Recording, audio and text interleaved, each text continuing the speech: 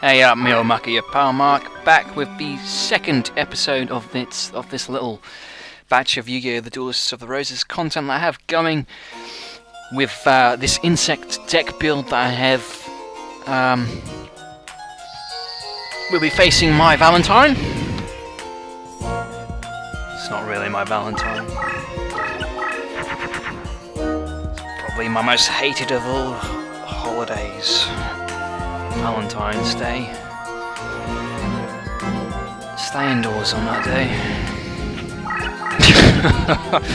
I sound really bitter there. Yeah. I am really bitter. Anyway. Mai's, I've always regarded Mai as one of the tougher opponents in this game, sheerly because the terrain is wholeheartedly on her side. She has a massive amount of mountain to, put her winged beasts on, and her cards aren't really pushovers. She'll, much like what she does in the anime, she will equip stuff to her Harpy Ladies. She can get Harpy Lady Sisters out, and the one that you have to really watch out for, I think, is Harpy's Pet Dragon, which she has. But also she's got cards like Crimson, is it Crimson Sunbird, and one particular card which almost does it infamy, which almost has an infamy during the end of this duel. And I didn't point this out in the first video, the Weevil video, but I'm recording all this post commentary. I'm sure people could have figured that out, but I'd just like to point it out because basically it's not always practical for me to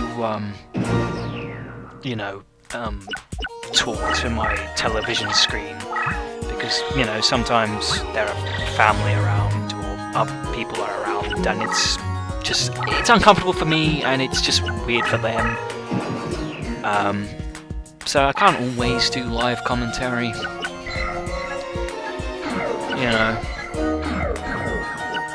But hey, at some stage in my life I do plan on moving out, so I can indulge in all my nerdy pastimes as and when I want. But anyway, yeah, like I said, I've always considered Mai as one of the stronger duelists in this game. As you can see there, she's got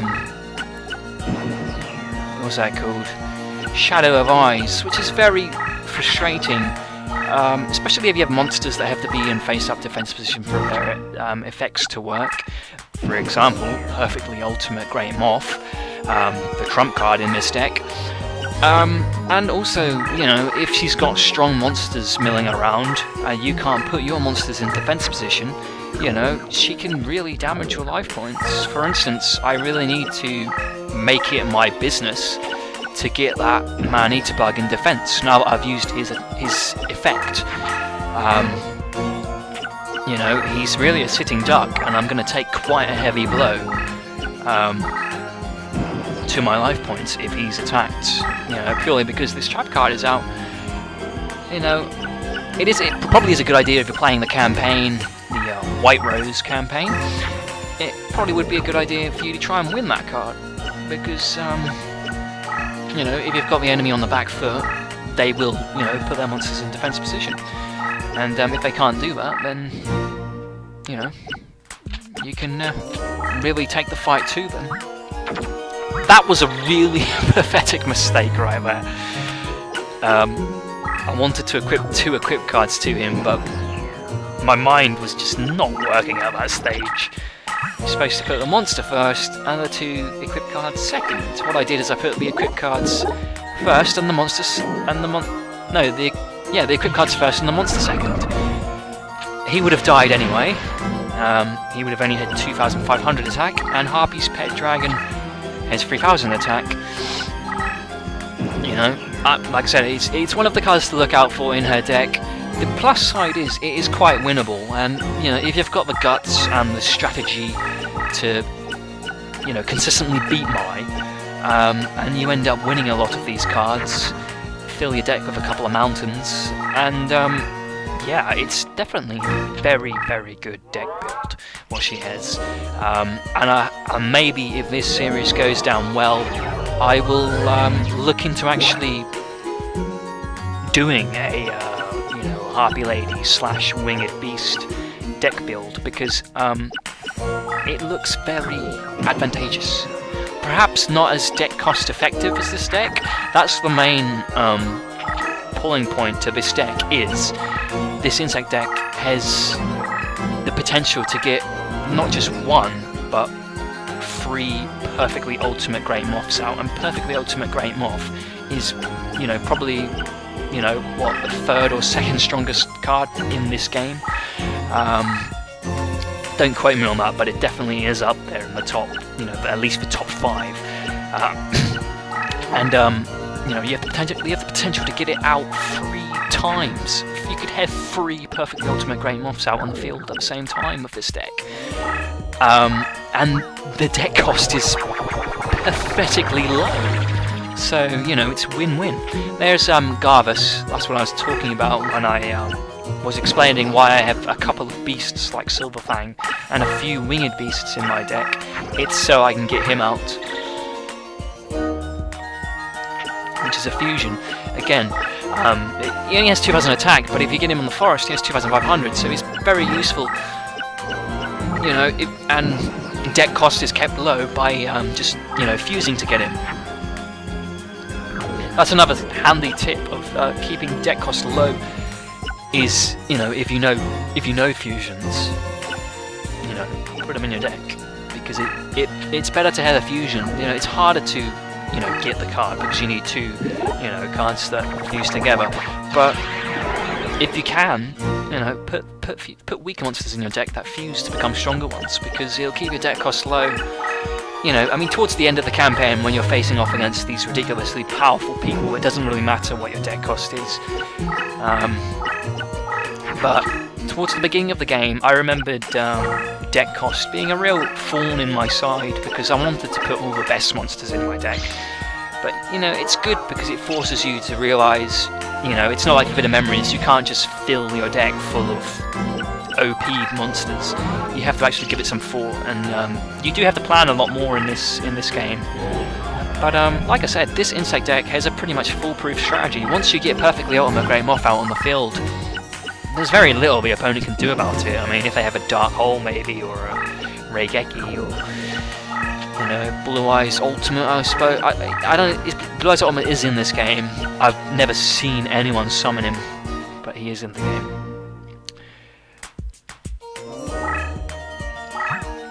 So yeah, Quagga Hercules again.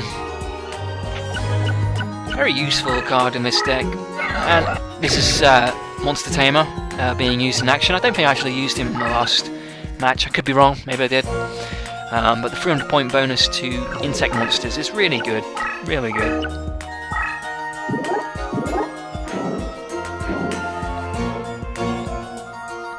And this is good. We get to see Harpy's Pet Dragon get taken down a peg.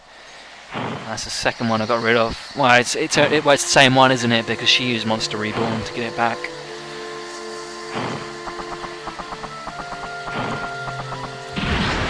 But yeah, if you can get rid of a Harpy's Pet Dragon, I would really recommend doing so. It's in your best interests, because it is one of her better cards. I believe its effect is it gains attack. It gains attack points equal to however many Harpy Lady or Harpy Lady's pet sisters, Harpy Lady's sisters are on the field. When you're against Mai, who has quite a few of each, it's in your best interests to get rid of Harpy Lady's Pet Dragon. Now you notice that I haven't actually changed the deck leader for this deck. The reason is that I actually don't know of any insect type monsters that are actually decent deck leaders. What I mean by that is, when you level them up, I don't know of any insects that actually get these special effects. Some deck leaders, for instance, Mai's deck leader, the Harpy Lady, she has numerous special effects because, you know, she's quite a high level. I have no idea how the game expects you to level up your deck leader to reach some of the ranks that you can reach, but her deck leader can move, has a special ability where it can move 2 spaces as opposed to the regular 1. And there are some deck leaders that can give a small boost in attack to same type monster cards if they're in, you know, the vicinity of the deck leader. And I don't know of any insect cards that actually give decent effects, decent bonuses as deck leaders. For example, Quagga Hercules, he's 3 stars. My Quagga Hercules is 3 stars, which I think is, I can't remember what rank that is, but you know, he should have an effect by that point, you would be thinking, but no, doesn't have a single effect. So if I made him my deck leader, there would literally be no point. But if I do go for the Winged Beast / Harpy Lady deck build after the remaining 2 videos of this deck build showcase, I suppose we can call it, I would probably want to make Harpy Lady my deck leader, because I can see, you know, from looking at the little icons on the bottom of Harpy Lady when it's Mai's go, you can see the effects, and she's got a couple, she's got a few.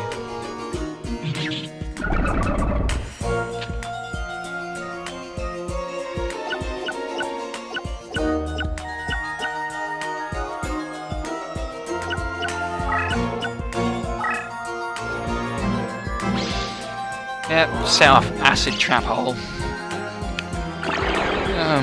Lost Quagga Hercules, which is quite annoying. But I would rather it was Quagga Hercules than Perfectly Ultimate Greymorph, who is almost ready to make an appearance, I believe.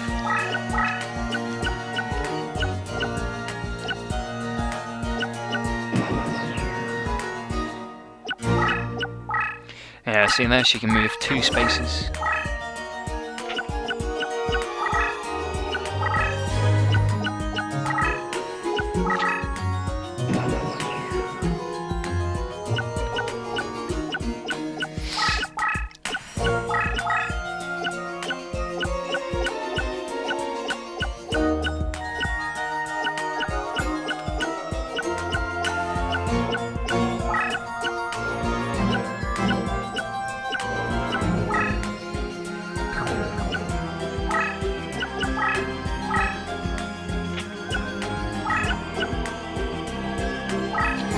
Yeah, put another man eater bug down.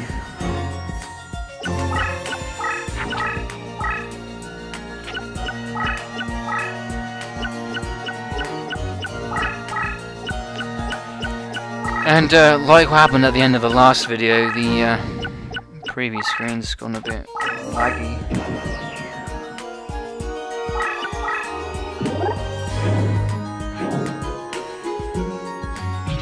And now I can't even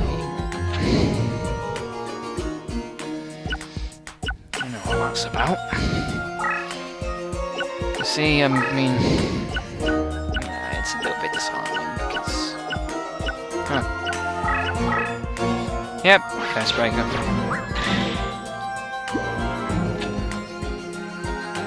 Lava of Moth, almost ready, I think, almost ready. Yeah, so she's Colonel rank. Her deck leader, her Harpy Lady, is Colonel rank. Now this is the monster that almost done it for me. See, I lost so many life points. Monstrous bird there, 3,000 attack. She must have added, you know, one of those gust fans or follow wind equip cards onto that, because that was true to its name, a monstrous bird. But you know, we got spellbound because he attacked a monster that was earth and it's wind. So I got a turn, which will enable me to get Perfectly Ultimate Greymorph out onto the field, and we'll see what happens then.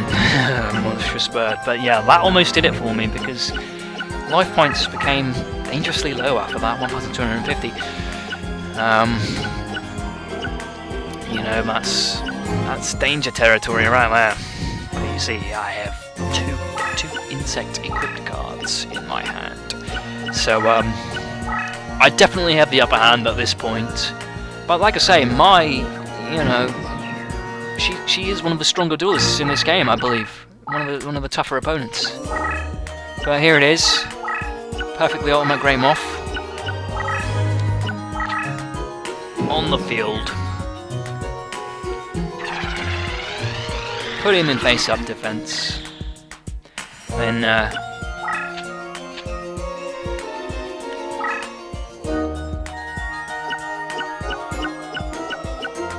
yeah, try and lure Monstrous Bird with Garvus.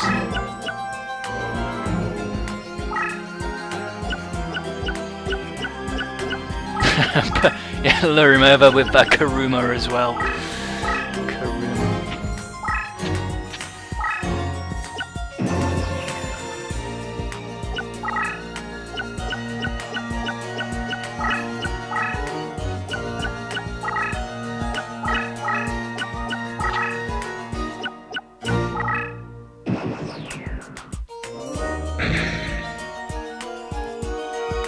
So see, I'm not too bothered about Karuma getting pasted, because then all that's enabled me to do is win the duel, as you will see.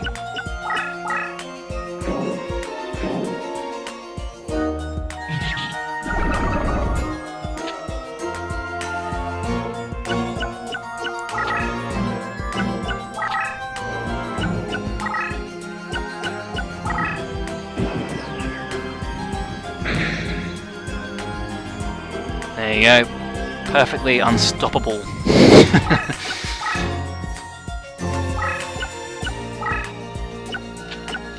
Yep, doesn't stand a chance, does it?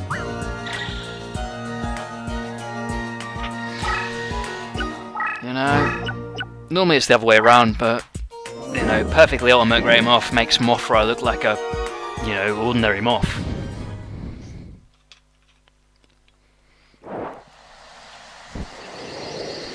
So this bird brain, this feather brain, does not stand a chance. And that is how you win a duel.